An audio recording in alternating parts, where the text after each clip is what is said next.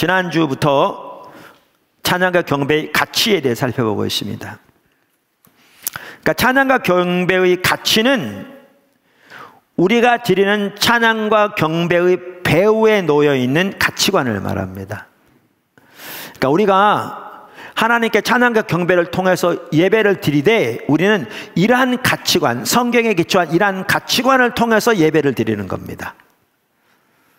그래서 매주 이 부분을 살펴볼 수가 없고 이걸 다 기록해서 이렇게 붙여놓을 수도 없지만, 저는 포도나무교회 모든 지체들이 하나님께 예배로 나올 때 이 가치관을 분명히 하나님의 말씀에 기초해서 이해하고, 우리가 찬양과 경배를 통해서 하나님께 예배를 드릴 때에도 이 가치관을 토대로 하나님께 그렇게 예배를 드리기를 기대하고요, 그렇게 되기를 바라고요.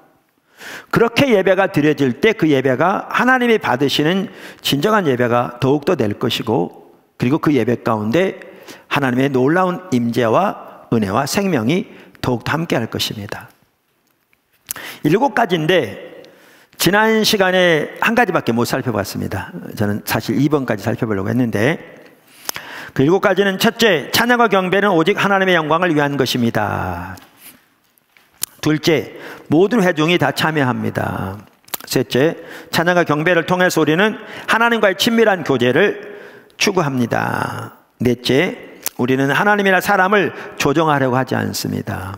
다섯째, 우리는 정직성과 진실성을 중히 여깁니다. 여섯째, 우리는 현대적 경향의 예배를 추구합니다. 일곱째, 경배를 드리면서 우리는 성령의 역사를 어떤 모양으로든 환영합니다 라는 겁니다. 자, 두 번째 오늘 살펴보겠습니다. 지난주에 첫 번째 살펴봤고요. 모든 회중이 다 참여합니다. 모든 회중이 다 참여합니다. 그러니까 이 부분에 있어서도 우리의 모델은 하늘의 예배입니다.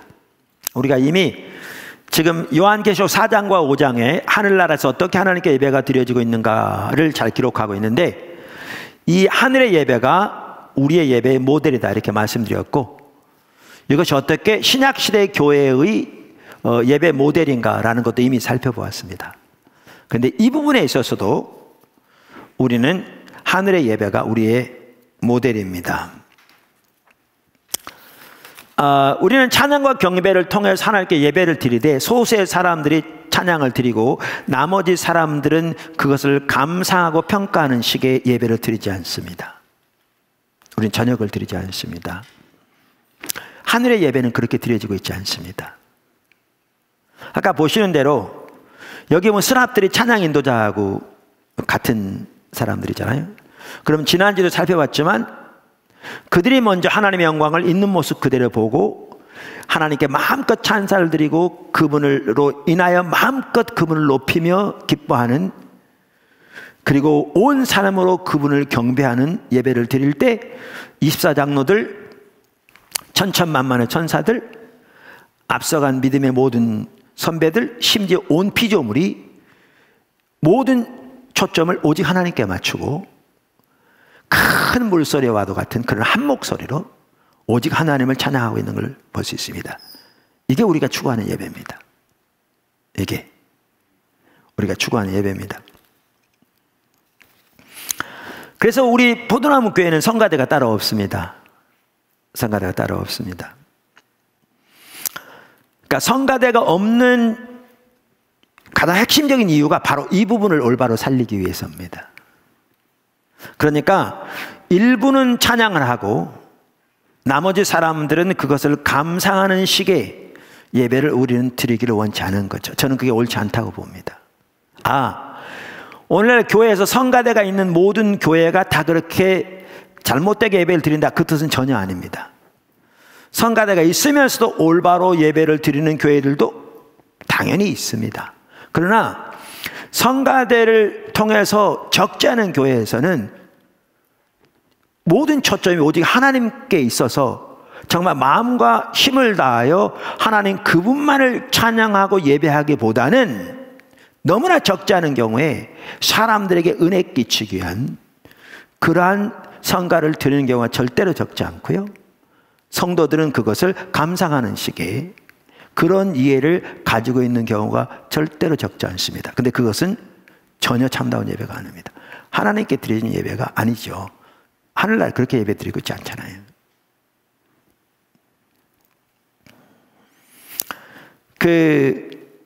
로이드 존스 목사님은 그분 책에서 이렇게 말합니다. 교회가 부흥을 맞지 않을 때 성가대를 강조하게 되고 또 성가대에 있는 독창자들을 돈 주고 사오기도 합니다. 그리고 회중들은 가만히 앉아서 듣기만 합니다. 성가대가 그들을 위해서 노래를 부릅니다. 이것은 성령을 소멸하는 것입니다. 제가 이렇게 말하면 어떤 분들은 그렇게 말합니다. 아니, 성경에 분명히 성가대가 나오는데 무슨 말을 하는 거냐. 그래서 어떤 분들은 성가대가 없다고 그러면 그 자체가 비성경적이고 뭐가 잘못된 것처럼 얘기하는 사람도 덜어 있기도 합니다. 근데 여러분 들으십시오. 많은 사람들이 오늘날 성가대의 성경적인 근거로 어디를 드느냐 하면 다윗이 그 시대에 하나님의 언약궤 앞에서 하나님의 영광을 바라보고 하나님을 지속적으로 예배하도록 세운 아삽의 무리에게서 듭니다. 그러니까 출애굽기 15장에 보면 홍해 사건 이후로 너무나 하나님에 감사해서 모세의 노래가 나오고 미리암의 노래가 나옵니다. 그래서 하나님 백성들이 찬양하면서 하나님께 영광을 돌립니다. 그렇지만 찬양과 경배가 하나님께 드려지는 예배로서 본격적으로 자리 잡게 된 것은 다윗 시대부터입니다. 다윗이 먼저 그렇게 하나님 찬양한 사람이었고요. 뿐만 아니라 다윗이 우리가 이미 살펴본 대로 하나님의 언약궤를 예루살렘에 드린 다음에 예루살렘의 그 언약궤를 위한 장막을 치고 거기에 드리고 그리고 아삽의 무리들을 세워서 거기에서 하나님의 영광을 바라보며 지속적으로 하나님을 찬양하도록 했습니다. 그러니까 이들이 바로 성가대 원조라고 할 수 있는데 이들은 사람들 앞에서 공연하는 식으로 노래를 부르고 사람들은 그것을 앉아서 듣고 감상하는 그러한 찬양이 전혀 아니었습니다. 전혀 아니었습니다.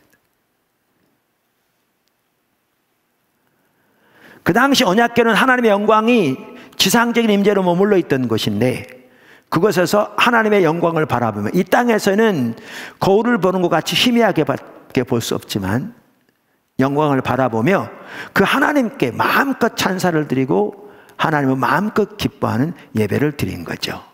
그러니까 어떻게 보면 하늘나라 예배가 그대로 계시된 겁니다. 그대로 계시된 겁니다. 주님 오시기 1000년 전에. 자, 그래서 우리는 성가대를 하는 게 아니고요. 찬양팀이 한편은 성가대 역할을 하는 거죠. 한편으로는. 교회 규모가 더 커지고 이것도 더 많아지면 찬양팀 중에 싱어 멤버들을 훨씬 더 많이 늘릴 수 있습니다. 그러나 이때에도 우리들은 소위 말하면 찬양팀은 찬양을 하고 성도들은 앉아서 감상하는 식이 아니라 하늘의 예배처럼 이들이 먼저 하나님의 영광을 보고 하나님을 마음껏 높이며 찬양해 나가면 우리 모두가 그 인도를 따르되 하나님의 영광을 바라보며 우리의 온 마음으로 하나님을 마음껏 찬양하는 그러한 예배를 지속적으로 드리기를 우리는 추구하는 거죠. 이 말씀드린 대로 성경적인 근거는 사실 다윗이 세운 그 무리들만 하더라도 그렇고요. 하늘나라 예배를 보면 정확하게 그렇게 예배가 드려지고 있는 것을 볼 수가 있습니다. 아멘. 우리 모든 성도는 예수님의 십자가의 공로를 의지해서 각자 하나님의 은혜의 보좌 앞에 나갈 수 있습니다.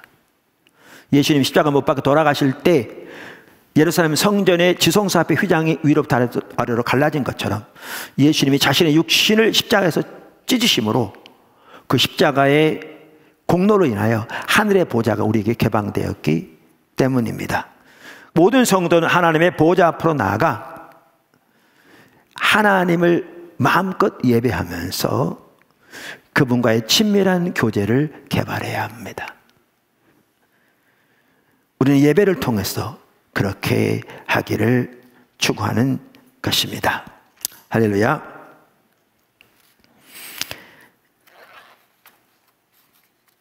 그래서 우리 같은 경우에는 그 찬양 인도자들에게 멘트를 하지 못하게 합니다. 저번에 한번 예를 들었잖아요. 찬양 사역자 한 분이 우리 컨퍼런스 한번 이렇게 담임 목사님이 가다로서 지나가면서 1시간 들렸었는데, 오래전에 가면서 하는 얘기가, 거긴 사람이 전혀 보이지 않더라. 사람이 있죠, 드러나지 않더라는 얘기죠. 왜냐하면 인도자부터 모두가 오직 하나님께 초점을 맞추고 그분만 예배하기를 원하기 때문에 그런 거죠. 그러면 두 번째 말이, 그런데도 자기가 다녀본 어디보다 하나님의 임재가 강하더라. 왜? 주님을 찾으니까요. 주님을 찾으니까. 그래서 우리는 각자가 인도자의 인도를 따라갈지 몰라도 각자가 오직 십자가의 보혈의 공로만을 의지해서 하나님 보좌 앞에 나아가 하나님만을 예배하고 높이고 그분과의 친밀한 교제를 추구하기 때문에 인도자들이 중간중간 멘트를 통해서 그걸 방해하는 걸 철저히 못하게 합니다. 그렇게 하면 관심이 사람에게 있거든요. 사람이 드러나는 거죠. 예배를 위해 어떤 조정이 필요할 경우에 성령께서 불가피하게 어떤 부분을 이렇게 나누고 돌이키게 하실 예외적인 경우에 그렇게 할지 몰라도 여러분 리더들이 하는 걸 거의 못 보셨죠. 왜요? 우리의 초점이 우리 각자가 하나님과의 친밀한 교제로 나아가 그분만을 예배하기를 추구하기 때문에 그렇습니다. 할렐루야. 세 번째, 찬양과 경배의 가치 세 번째. 우리는 찬양과 경배를 통해서 하나님과의 친밀한 교제를 추구합니다.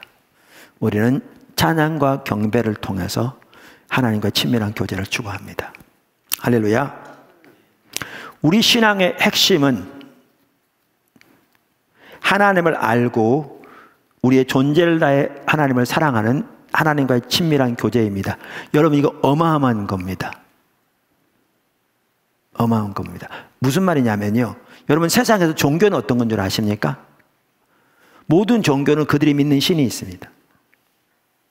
그러면 그들이 믿는 신이 있는데 그 신이 요구하는 희생, 그것이 종교마다 다를 수 있습니다. 사람들이 그 희생을 그 신에게 바치면 그 신이 그것을 받고 액땜해서, 그러니까 닥칠지 모르는 악한 일에서 건져주거나 그들이 원하는 복을 준다는 겁니다. 이게 세상의 모든 종교가 가지고 있는 종교에 대한 이해입니다. 모든 종교가 가지고 있는. 근데 우리 기독교는 전혀 그렇지 않습니다. 우리 기독교는 엄격한 의미에서 종교가 아닙니다.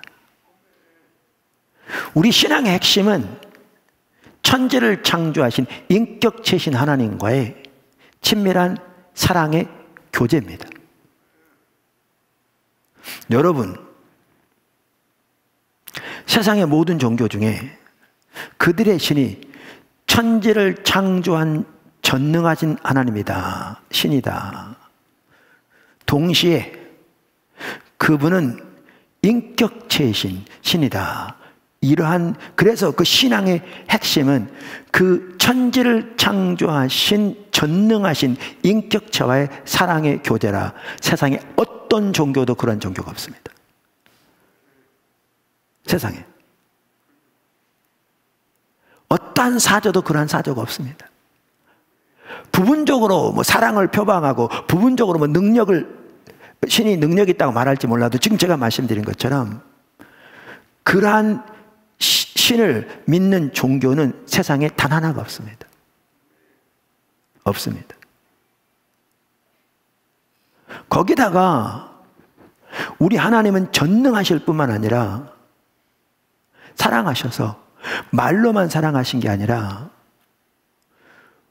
우리가 하나님의 피조물임에도 불구하고 하나님을 등지고 떠나 자기 정욕대로 하나님의 원수가, 정욕대로 살아 하나님의 원수가 되었을 때에, 죄인 되었을 때 우리를 구원하사 하나님과의 관계를 회복시키기 위해서 하나님의 아들을 이 땅에 종의 형체로 인간으로 보내셔서 십자가에 돌아가게 하신 그 사랑의 하나님이신 것은 세상에 어디에도 없습니다. 자, 그래서 이와 같이 우리 신앙의 가장 핵심은 하나님을 알고 그 하나님을 우리의 존재를 다해 사랑하는 하나님과 친밀한 교제인데, 그래서 우리는 찬양과 경배를 통해서도 우리는 오직 하나님을 높이고 하나님을 예배할 뿐 아니라 하나님과의 친밀한 교제를 추구하는 것입니다. 하나님과 친밀한 교제를 추구하는 것입니다. 다시 말해서 하나님을 더욱 알기를 추구하고 하나님을 더욱 사랑하기를 추구합니다. 사실 우리가 이미 살펴본 대로 예배는 하나님의 얼굴을 구하여 나가는 것이거든요. 그래서 이 예배와 하나님과 친밀한 교제는 밀접한 관계가 있습니다. 그러니까 우리의 신앙의 본질, 핵심이 하나님과 친밀한 교제고요. 그래서 하나님 앞에 나아가 올바로 그렇게 하나님을 예배하며 하나님을 높일수록 하나님을 더욱더 알게 되고요. 그리고 하나님을 더욱더 알수록 하나님을 더욱 예배할 수 있게 되는 것이죠. 찬양과 경배는 하나님과 친밀한 교제를 배양시켜줍니다. 걸음을 주고 물을 주는 것 같습니다. 올바로 드려질 때. 근데 반면에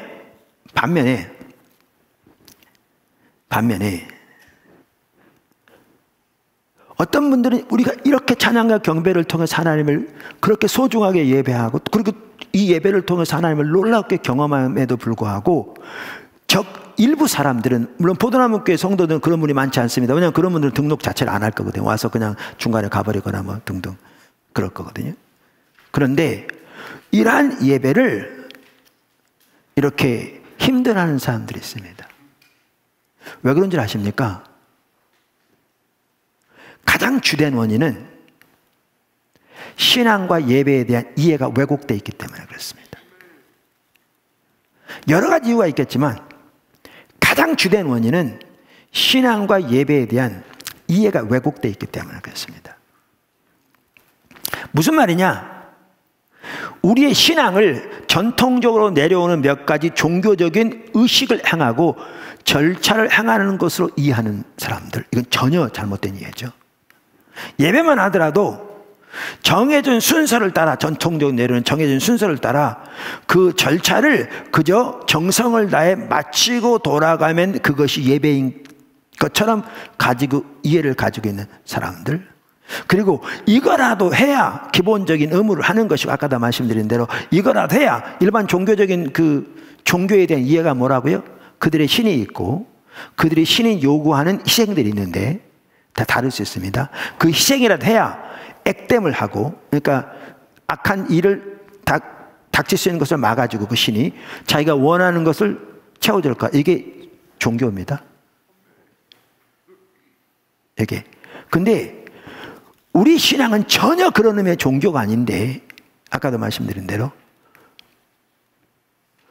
소위 예수 믿는다고 하는 사람들 중에 일부는 신앙을 그런 식으로 이해하는 거죠.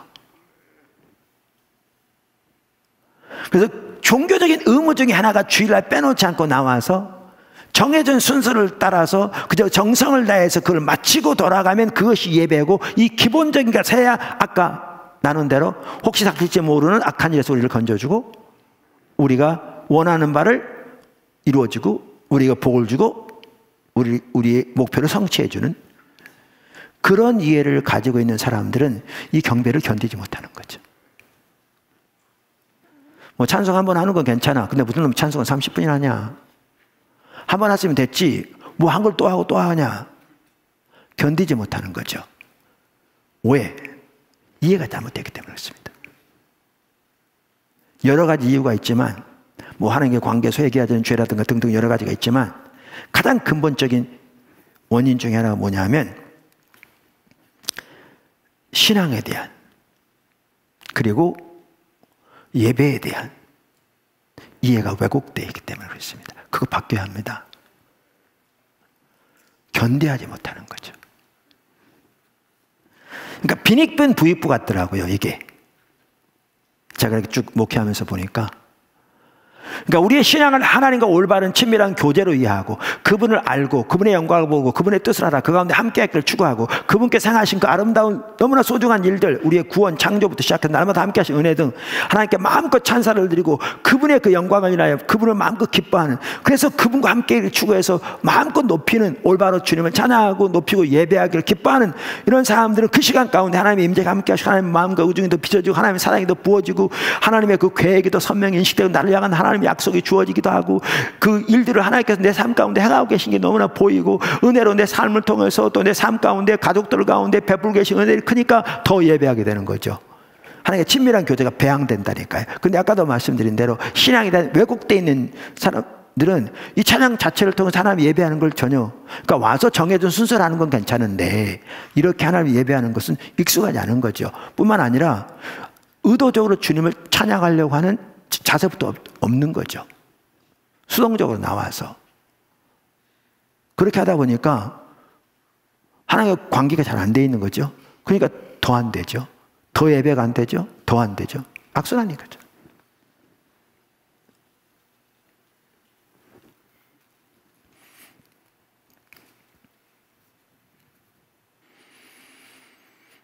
찬양 경배는요 마치 데이트와 같습니다. 데이트는 오직 두 사람을 위한 거잖아요. 그러니까 이 말은 찬양과 경배는 하나님을 위한 것이기도 하지만 나 자신을 위한 것이다, 그런 뜻은 전혀 아닙니다. 찬양 경배는 예배로서 오직 하나님의 영광을 위한 것입니다. 그럼 이 말은 뭐냐? 찬양과 경배는 오직 하나님과 나 사이의 일이라는 겁니다.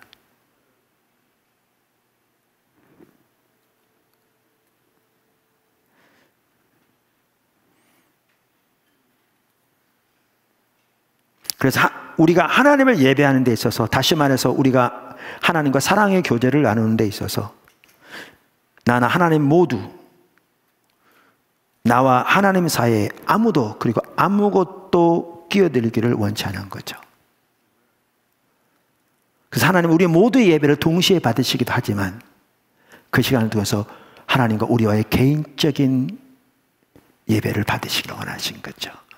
단둘이의 사랑의 교제가 이루어지기 원하신 거죠. 하나님 능히 그렇게 하실 수 있습니다. 하나님이시기 때문에.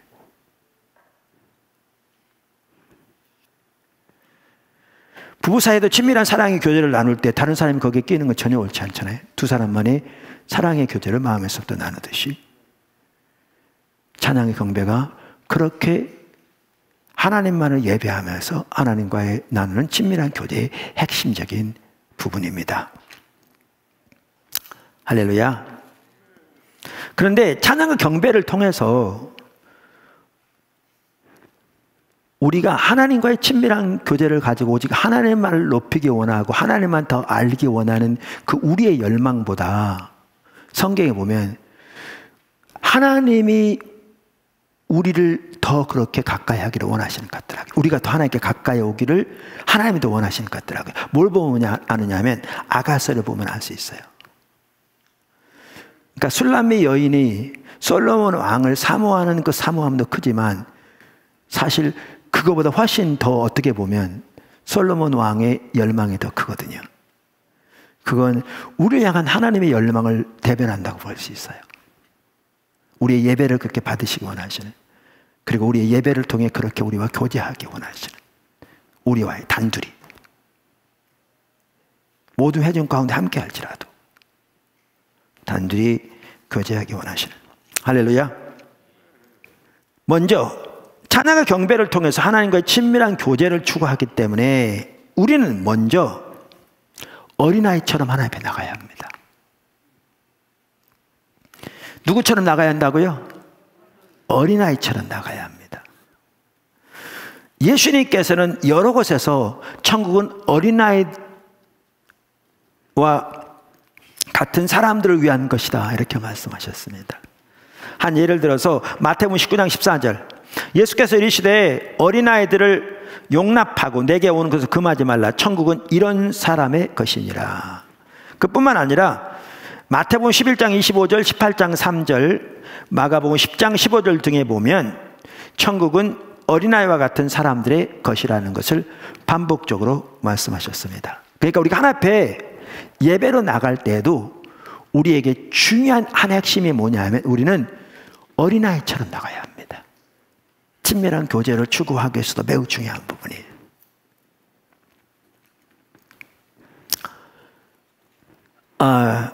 우리는 하나님 앞에 나아갈 때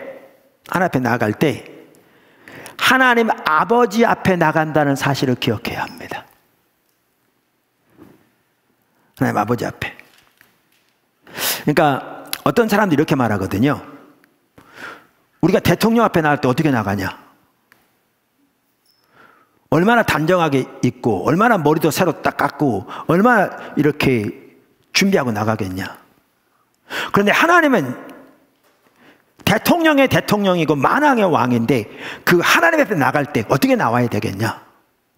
그래서 하나님 앞에 나올 때 정말 뭐 가장 비싼 옷은 아니라도 정말 이렇게 깨끗한 옷을 정말 단정하게 데려서 그 모든 거 하나하나 준비하고 나와서 정성을 쏟아서 하나님을 예배해야 한다. 이렇게 주장하는 분들이 있습니다.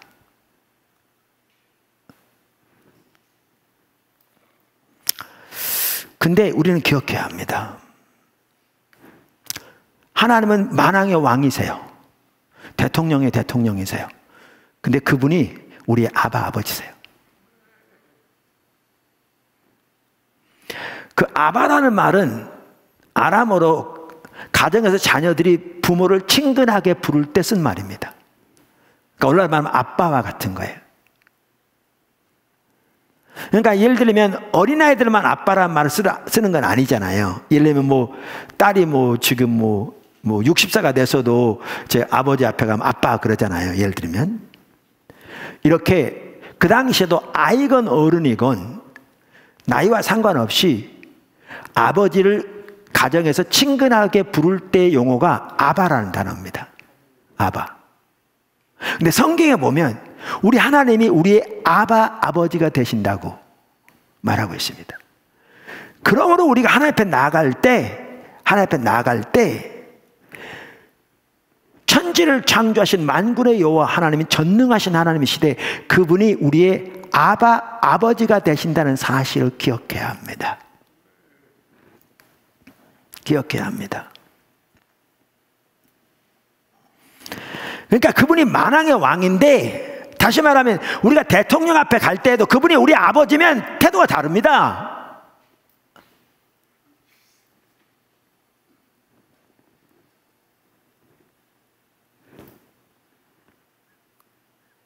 그러니까 함부로 한다는 얘기가 아니죠.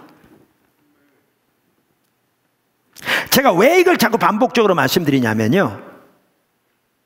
그러니까 하나님 앞에 나가는 예배를 방해하는 요소도 여러 가지 있잖아요. 일부는 뭐 이제는 살펴봤고. 근데 지금 우리나라 환경에서 제가 보기에는 하나님 앞에 올바른 예배를 드리는 것을 방해하는 한 핵심적인 요소는 특별히 남자들에게 더 강한데 유교적인 사고에서 나온 외적인 경건과 체면의 문화라고 생각합니다.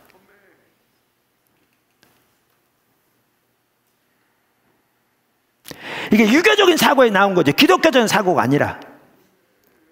그래서 아까 말씀드린 대로 대통령 앞에 나갈 때도 함부로 하겠냐. 그런데 하물며 대통령의 대통령 앞에 나오는데 문제는 뭐냐면 그러한 유교적인 사고를 가지고 나오니까 체면이 강조되고 외부적인 모양이 강조되는 거죠. 하나님과의 교제나 중심은 전혀 안 다뤄지는 거죠.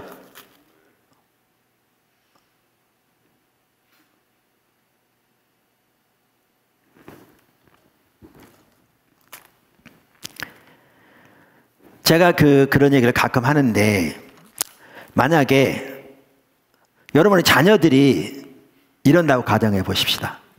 아침마다 일어나가지고 목욕 다 하고 옷을 새 걸로 딱 갈아입고 여러분의 침대 침실 문 앞에 와서 오늘도 부모님의 문을 여쭙니다. 편안히 주무셨습니까? 그러고 갑니다. 그 다음 날도 옵니다. 예은은 정말 깍듯하게 차립니다. 그런데 여러분에게 가까이 오지도 않고 마음을 열어 여러분과 교제하지도 않습니다. 그럼 어떻게 됐습니까? 그 괴물입니다.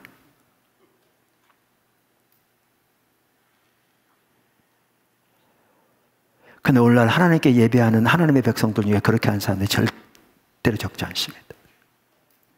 그리고 아까도 말한 대로 그것을 참된 예배라고 생각합니다. 이거요, 성경에 나온 게 아닙니다. 그거 유교적인 사고입니다. 경건의 모양을 외부적인 모양에 두는.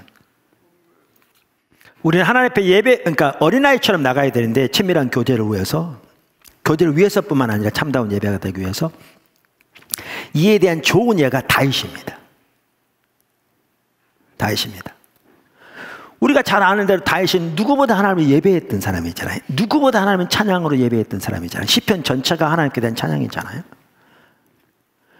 자신도 하나님을 찬양하는 자를 소개하고 있거든요. 시편 3회라 23장에. 뿐만 아니라 찬양을 하나님께 대한 예배의 중요한 형식으로 도입한 것이 다윗이잖아요. 예루살렘 성전의 설계도를 하나님이 친히 성령을 통해서 다윗에게 다 보이신 거거든요. 그리고 하나님이 친히 다윗에게 대해서 말하기를 내 마음에 합한 자라고 말씀하셨거든요. 근데 그 다윗의 예배하는 모습 보셨어요? 찬양한 모습 보셨어요? 어린아이처럼 합니다. 하나님께만. 어디서 볼 수 있느냐 하면 사무엘하 6장 20절에도 볼 수 있어요. 20절 이하. 그 언약궤를 이제 예루살렘으로 가져올 때 사건이에요. 그러니까 언약궤 하나님의 임재가 그러니까 하나님의 영광이 지상적인 임재로 머물러 있었다고 그랬잖아요. 그 하나님의 임재가 자신의 고울로 돌아오시는 거죠. 얼마나 기쁘고 감사했든지 우리가 잘 알듯이 세마포 옷을 입고 그야말로 춤을 추면서 찬양합니다. 기뻐하면서. 근데 다윗의 아내 중에 사울의 딸이 있었어요. 미갈이라고. 그 미갈의 눈에 보기 이렇게 보인 겁니다. 제가 6장 20절부터 이렇게 했습니다. 그러니까 이렇게 하나님을 예배한 다음에 성경에 보면 이렇게 있더라고요. 그러니까 하나님을 이렇게 이러면 모세든지 제사장들이든지 하나님을 깊이 대면하여 만나면 그들이 나와서 꼭 뭘 했냐면 백성들을 축복했어요. 하나님 만난 다음에. 이게 의미가 있는 것 같더라고요. 그러니까 하나님의 임재 가운데서 그분의 임재를 경험한 다음에 나오면 이들이 백성들을 축복했어요. 그러니까 다윗도 그렇게 하나님을 마음껏 예배하고 이렇게 찬양한 다음에 백성들을 축복하고 지금 이제 자기 가족들을 축복하러 들어온 겁니다. 집에. 자, 근데 이렇게 돼 있어요. 다윗이 자기 가족에게 축복하러 돌아오매 사울의 딸 미갈이 나와서 다윗을 맞으며 이르되 이스라엘 왕이 오늘 어떻게 영화로우신지 지금 비꼬고 있습니다. 방탕한 자가 염치 없이 자기의 몸을 드러내는 것처럼 오늘 그의 신복의 계집종의 눈앞에서 몸을 드러내셨도다 하니.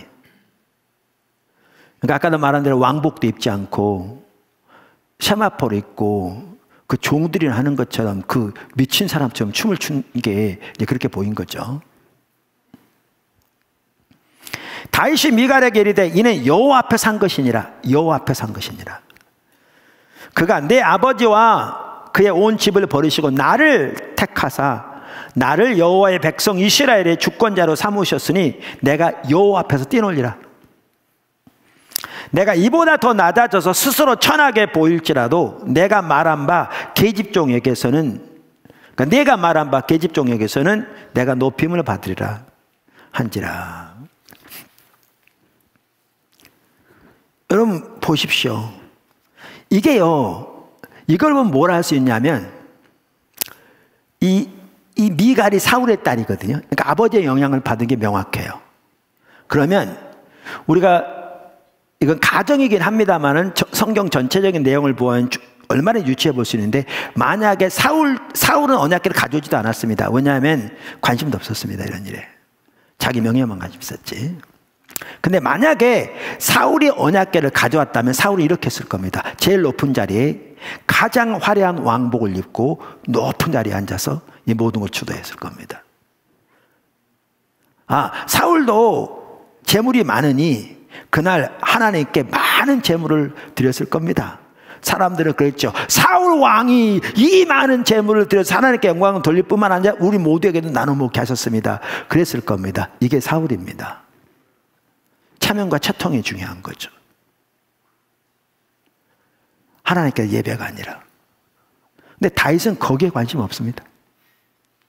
여호와 앞에서 어린아이처럼, 왕이 어린아이처럼 예배하는 거죠. 그러니까 자기 아내가 사울의 딸이 이렇게 말한 거죠. 여러분, 축복하러 왔는데 그렇게 말함으로써 여기 그 마지막 제가 안 읽은 23절에 뭐라는 줄 아십니까?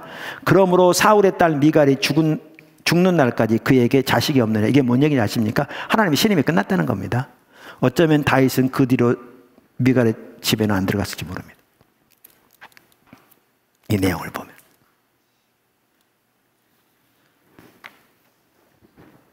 그러니까 우리가 오늘날 특별히 우리나라 남자들에게 이런 경향이 많은데요. 남자들의 경향이 많은데 체면, 채통, 특별히 거기다가 세상적인 지위까지 여기다 더해져 가지고 뭐죠? 하나님 앞에 나올 때 외부적인 격식은 갖출지 모르지만 어린아이처럼 마음을 토로하여 하나님 앞에 나오지 못하는 경우가 너무너무 많은 거죠. 그러니까 하나님 앞에 대한 진정한 예배도 되지 않을 뿐만 아니라, 왜냐하면 하나님의 앞에는 상한 심령의 예배라고 그러죠. 그리고 친밀한 교제를 통해서 하나님과의 깊은, 그러니까 예배를 통해 하나님과의 깊은 친밀한 교제 가운데 못 나가는 주된 이유 중 하나가 거기에 있는 거죠. 그래서 어린아이처럼 나오셔야 합니다. 그래서 친밀한 교제를 추구하는데 중요한 한 가지가 하나님에 나올 때 어린아이처럼 나와야 합니다. 아멘. 아까 제가 또 뭐라고 그랬냐면 어린아이처럼 나와서 마음을 토로해야 한다 그랬어요. 마음을 열고 어린아이처럼 나와야 한다. 그래서 중요한 게 뭐냐 하면 마음을 토로함으로 나가는 게 중요합니다. 마음을 토로함으로 나가는 게 중요합니다. 그러니까 하나님 앞에 나아갈 때 마음을 열어 속마음을 토로하고 나가는 것이 중요합니다. 친밀함의 한 부분은요, 속마음을 털어놓는 것입니다. 여러분, 우리요, 친한 사람이라야 속마음 털어놓습니다. 심지어 부부 사이에서도요, 서로 친할 때라야 속마음 얘기합니다. 한 집에 사는 부부라도.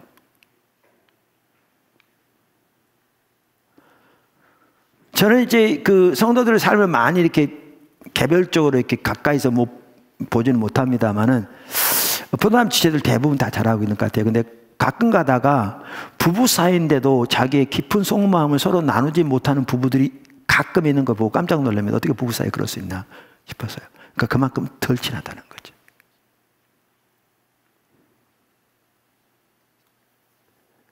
그래서 친밀함의 핵심이 뭐냐 하면 속마음을 토로하는 겁니다. 다윗의 시편 보십시오. 그러니까 다윗의 시편들은 그가 하나님을 예배한 찬양들이었잖아요. 그런데 그 시편들을 보면 다윗은 그 속에서 그의 기쁨, 환희, 감사, 낙심, 좌절, 고민, 때로는 분노, 아픔 등 그의 모든 속마음을 하나님께 그대로 토로하고 있습니다. 그리고 우리가 잘 아는 대로 그는 누구보다 하나님과 친밀한 교제 가운데 살았던 사람입니다.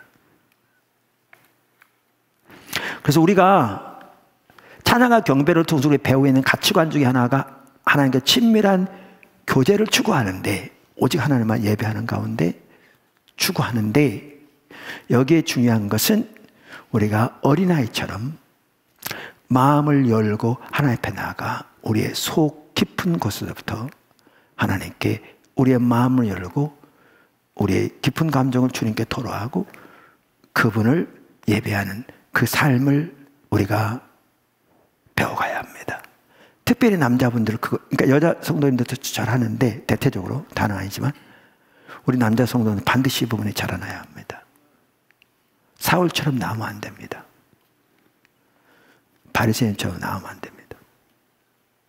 유교적인 문화에 기초해서 그렇게 외부적인 모양에, 그러니까 외부적인 모양 아무렇게나 하고 오라, 뭐 샤워도 안 하고 이런 차원은 아니죠. 지금 제 말은 그게 아니잖아요.